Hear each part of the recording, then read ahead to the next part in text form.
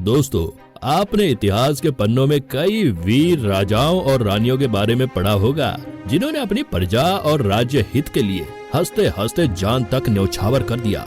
लेकिन दोस्तों, इतिहास के पन्नों में कुछ ऐसे भी राजाओं और रानियों का नाम दर्ज है जिन्होंने अय्याशी में अपनी पूरी जिंदगी गुजार दी, यहाँ तक कि अय्याशी के लिए अपने राज्य को भी दांव पर लगा दिया। इन राजा रानियों की अय्याशी के सामने भैया आज के अय्याश कुछ भी नहीं। आखिर कौन थे ये भारतीय इतिहास के सबसे अय्याश राजा रानियां? तो चलिए आज हम आपको इन्हीं राजाओं और रानियों की उन अय्याशी भरी करतूतों के बारे में बताते हैं जिन्हें सुनकर आपके कान खड़े हो जाएंगे। बस बने रहिए वीडियो के अंत तक। नंबर 1, महाराजा भूपिंदर सिंह। दोस्तों, भारतीय इतिहास के अय्याश राजा रानी के इस लिस्ट में पहले नंबर पर पटियाला रियासत के महाराज भूपिंदर सिंह का नाम आता है, जो अपने रंग मिजाज नेचर के लिए काफी मशहूर थे। आपको बता दें, भूपिंदर सिंह का जन्म 12 अक्टूबर सन 1891 में हुआ था, जिन्हें किसी कारणवश 9 वर्ष की उम्र में राजा बना दिया गया था। फिर उसके बाद जब वो 18 साल के हो गए तो उन्होंने राजगद्दी संभाला और लगभग 38 सालों तक पटियाला रियासत के महाराज बने रहे। लेकिन इस दौरान उन्होंने अपनी जिंदगी में कुछ ऐसे कांड किए भैया जिसकी वजह से उनकी काफी बदनामी हुई। आपको बताते चले कि महाराजा भूपिंदर सिंह बड़े ही अय्याश किस्म के राजा थे। रंग रलिया मनाने के लिए इन्होंने एक अलग ही महल बनवाया था जिसका नाम था लीला भवन। इस महल में लोग बिना कपड़ों के जाया करते थे, खासकर महिलाएं। इस महल में राजा के लिए एक स्पेशल कमरा भी था जिसमें सिर्फ राजा की एंट्री होती थी। भूपिंदर सिंह के पास कुल 365 रानियां थी भैया, जिसमें से 10 रानियों को राजा ने अपनी पत्नी का दर्जा दिया था। इन रानियों के 83 बच्चे भी थे। बताया जाता है भूपिंदर सिंह रात में किस रानी के साथ समय बिताएंगे, इसके लिए महल में 365 लालटेन जलाई जाती थी और हर लालटेन पर एक रानी का नाम लिखा हुआ होता था। ऐसे में दोस्तों, जिस नाम की लालटेन सबसे पहले बुझती थी, भूपिंदर सिंह उसी रानी के साथ रात बिताया करते थे। नंबर 2, महारानी गायत्री देवी। इस लिस्ट में दूसरे नंबर पर जयपुर की राजमाता कहे जाने वाली महारानी गायत्री देवी का नाम शामिल है, जिनका जन्म 30 मई 1919 को हुआ था। महारानी गायत्री देवी के पिता का नाम राजकुमार जितेंद्र नारायण था, जो कूच बिहार के क्राउन प्रिंस के छोटे भाई थे। तो वहीं गायत्री देवी की माता का नाम राजकुमारी इंदिरा राजे था, जो कूच बिहार की रानी और बड़ौदा के महाराजा सयाजी राव की इकलौती बेटी थी। बताया जाता है कि महारानी गायत्री देवी का पालन पोषण एक बहुत बड़े महल में हुआ था और उस महल में इनकी देख रेख के लिए 500 से भी ज्यादा नौकर काम करते थे। गायत्री देवी को महंगी महंगी कारों में घूमना, जानवरों का शिकार करना और घुड़सवारी करने का बड़ा शौक था। गायत्री देवी ने जब पहली बार बाघ का शिकार किया था तब उनकी उम्र 13 साल की थी। दोस्तों, सिर्फ इतना ही नहीं, गायत्री देवी ने अपने सुख और भोग विलास के लिए अपना पर्सनल एयरक्राफ्ट मर्सिडीज W126 और रोल्स रॉयस जैसी महंगी महंगी गाड़ियां रखने का शौक रखती थी। बता दें कि गायत्री देवी का विवाह सन 1940 में जयपुर के राजा सवाई मानसिंह द्वितीय बहादुर से हुआ था।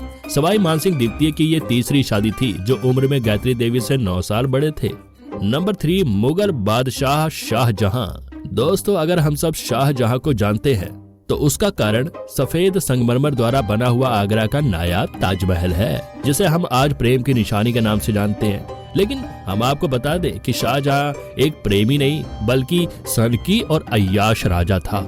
शाहजहां मुमताज बेगम को दिलो जान से चाहता था, लेकिन वो भी सिर्फ शारीरिक सुख के लिए। आपको ये जानकर हैरानी होगी कि लगातार बच्चे पैदा करने की वजह से ही मुमताज की जान चली गई। मुमताज ने लगातार 14 बच्चों को जन्म दिया था, जिसकी वजह से वो गंभीर बीमारी की चपेट में आ गई और उनकी मौत हो गई। दोस्तों, अब आपके मन में ये सवाल उठ रहा होगा, भला कोई आदमी एक ही स्त्री से निकाह करता है, उसके साथ शारीरिक संबंध स्थापित करके 14 बच्चे पैदा करता है, तो वो अय्याश कैसे हो सकता है? तो आपकी जानकारी के लिए बता दे, मुमताज के मरने के बाद भी शारीरिक सुख के लिए शाहजहां ने 8 शादियां की थी और इसके अलावा 100 से भी ज्यादा रखैलों को अय्याशी के लिए अपने महलों में रखा था। शाहजहां मुमताज की खूबसूरती का कायल था, इसीलिए उसकी याद में ताजमहल को बनवाया। जिसे बनवाने में 22 साल लगे। ताजमहल को बनाने के लिए 22,000 मजदूर लगातार 22 सालों तक काम करते रहे। मीडिया रिपोर्ट की माने तो ताजमहल का निर्माण कार्य पूरा होने के बाद शाहजहां ने मजदूरों के हाथ कटवा दिए थे ताकि दोबारा कोई भी इतना खूबसूरत ताजमहल कहीं न बना सके। लेकिन इतिहासकारों के दावे के मुताबिक शाहजहां ने मजदूरों के हाथ नहीं कटवाए थे, बल्कि मजदूरों को जिंदगी भर की पगार देकर उन्हें आजीवन काम न करने का वादा करवाया था। दोस्तों, इस लिस्ट में चौथे नंबर पर हैदराबाद के निजाम मीर उस्मान अली का नाम आता है, जो अपने जमाने के सबसे अमीर राजा थे। दोस्तों, आप हैदराबाद के इन 7वें निजाम की अमीरियत का अंदाजा इसी बात से लगा सकते हैं। साल 1965 में जब भारत चीन से लड़ रहा था, तब इन्होंने भारत की रक्षा कोष में 5,000 किलो सोना दान दिया था। निजाम मीर उस्मान अली का जन्म 5 अप्रैल सन 1886 में हुआ। यह 18 सितंबर सन 1911 को हैदराबाद के निजाम की गद्दी पर बैठे और 17 सितंबर 1948 तक हैदराबाद पर राज किया। मीर उस्मान अली केवल पेपर वेट के लिए अपनी मेज पर 185 कैरेट हीरे का उपयोग करते थे। ये हीरा शुतुरमुर्ग के अंडे के साइज का था भैया, जिसे दुनिया का 5वें सबसे बड़े हीरे का दर्जा प्राप्त था। निजाम मीर उस्मान अली ने अपनी अय्याशी और रंगरलियों के लिए कितनी रखैलों को रखा था या फिर कितनी शादियां की थी, इसका तो कोई रिकॉर्ड मौजूद नहीं है। लेकिन निजाम के 36 से भी ज्यादा बच्चे थे और अपनी सुरक्षा के लिए 1728 अरबी अंगरक्षकों को पाल रखा था। जब हैदराबाद के निजाम की 22 साल की उम्र में अजमो निशा बेगम से शादी हुई तो उन्होंने अपनी बेगम को 128 किलो सोना गिफ्ट में दिया था। इसके अलावा मीर उस्मान अली खान 50 रोल्स रॉयस कारों के मालिक थे। कहा जाता है कि जब Rolls Royce motor cars limited ने मीर उस्मान अली को अपनी कार बेचने से इनकार कर दिया तो इन्होंने कुछ पुरानी रोल्स रॉयस कारों को खरीद कर इन कारों का उपयोग कचरा फेंकने के लिए करने लगे, जिससे ब्रिटिश लग्जरी ऑटोमोबाइल निर्माता कंपनी की छवि को काफी नुकसान पहुंचा था। नंबर 5, महारानी इंदिरा देवी। महारानी इंदिरा देवी बड़ौदा राज्य की राजकुमारी थी, जिनकी शादी कूच बिहार के राजा जितेंद्र नारायण से हुई थी। जैसा कि दोस्तों हमने आपको वीडियो की शुरुआत में महारानी गायत्री देवी के बारे में बताया था, जो महारानी इंदिरा देवी की ही सुपुत्री थी।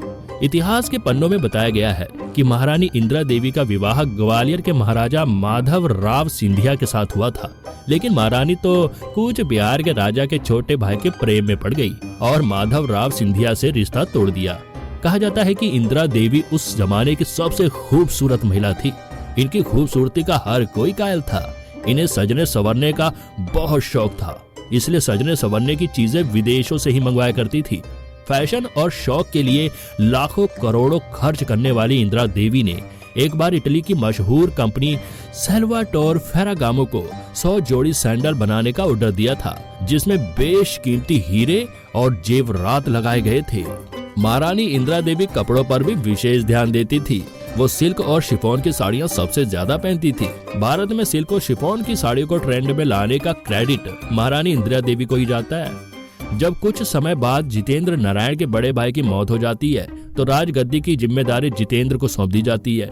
लेकिन ज्यादा शराब पीने की वजह से कुछ समय बाद जितेंद्र की भी मौत हो जाती है और गद्दी संभालने की जिम्मेदारी इंदिरा पर आ जाती है। मगर दोस्तों, महारानी इंदिरा देवी को यूरोप घूमना काफी पसंद था, इसलिए जैसे ही उनका बड़ा बेटा राजगद्दी संभालने योग्य हुआ, उसे सारी जिम्मेदारी सौंपकर यूरोप रहने चली गई।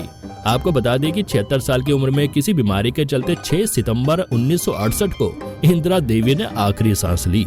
तो दोस्तों, ये थे हमारे भारतीय इतिहास के वो अय्याश राजा और रानियां जिनकी करतूतें आपने अभी अभी देखी। तो इनके बारे में आप क्या कहना चाहेंगे, हमें कमेंट में जरूर बताना। फिलहाल ये जानकारी हमने आप तक पहुंचाकर अपना फर्ज तो निभा दिया। अब इस वीडियो को लाइक और शेयर करके आप अपना फर्ज निभा दीजिए और बने रहिए ज्ञान कुंभ पर।